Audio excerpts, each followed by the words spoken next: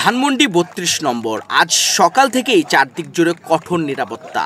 রায় ঘোষণার আগেই উত্তেজনা। আওয়ামী লীগের ঘোষিত কর্মসূচি সব মিলিয়ে রাজধানীর অন্যতম সংবেদনশীল এলাকায় আইনশৃঙ্খলা বাহিনী নিয়েছে হাই অ্যালার্ট অবস্থান। পুলিশ ব্যারিকেড দিয়ে রেখেছে ৩২ নম্বরে ঢোকার সব রাস্তা। সবাইকে তল্লাশি করে ঢুকতে দেওয়া হচ্ছে। এই পরিস্থিতির মধ্যে আওয়ামী লীগ ও ছাত্রলীগ কর্মী সন্দেহে দুইজনকে আটক করে পুলিশ। আটককৃতরা হলেন হাবিবুর রহমান এবং নির্জন আমিন খান। পুলিশ জানিয়েছে, হাবিবুর রহমানের ফোনে পাওয়া গেছে আওয়ামী লীগের বিভিন্ন পোস্ট, গ্রুপ অ্যাক্টিভিটিস আর হোয়াটসঅ্যাপে কল রেকর্ডিং। তাকে থানায় নিয়ে বিস্তারিত জিজ্ঞাসাবাদ করা হবে। কেউ টাচ করবেন না।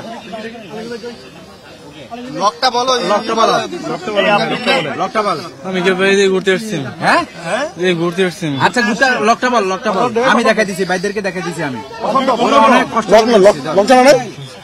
পাসওয়ার্ড বল, পাসওয়ার্ড বল। আমি পাসওয়ার্ডটা দে তো। ভাই দাঁড়ান, হয়েছে দেখছেন? এই দেন, দাঁড়ান না, আমরা দাঁড়ান। প্রথমে আমার বলে বিএনপির কর্মী, এই দেখেন তার প্রোফাইল।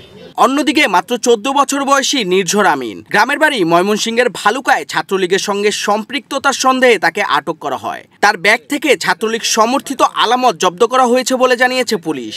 একই সময়ে বেলা 11টার দিকে ৩২ নম্বরের সামনে অবস্থান নেয় বাংলাদেশ জামায়াতে ইসলামী ও শিবিরের কিছু নেতাকর্মী। তাদের স্লোগান, একটা একটা লীগ ধর, ধৈরা ধৈরা জেলে ভর।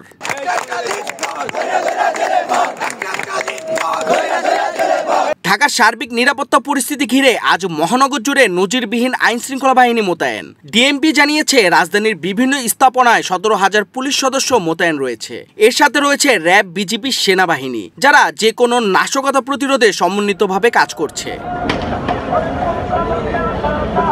সব জায়গায় চলছে দিনব্যাপী অবস্থান কর্মসূচি। মিরপুর মাজার রোড, গোলচত্বর ও আশেপাশের এলাকায় জামায়াত ও শিবিরের মিছিলও দেখা গেছে। এদিকে ইসলামী ছাত্র শিবির জানিয়েছে, আওয়ামী লীগের নাশকতা ও আগুন সন্ত্রাসের বিরুদ্ধে ছাত্র সমাজ ও দেশপ্রেমিক জনগণকে দৃঢ় অবস্থানে থাকার আহ্বান জানিয়েছে তারা। রাজধানীর নিরাপত্তা পরিস্থিতি তাই আজ পুরোপুরি টানটান, আর ধানমন্ডি ৩২ নম্বর এই উত্তেজনার কেন্দ্রবিন্দুতে।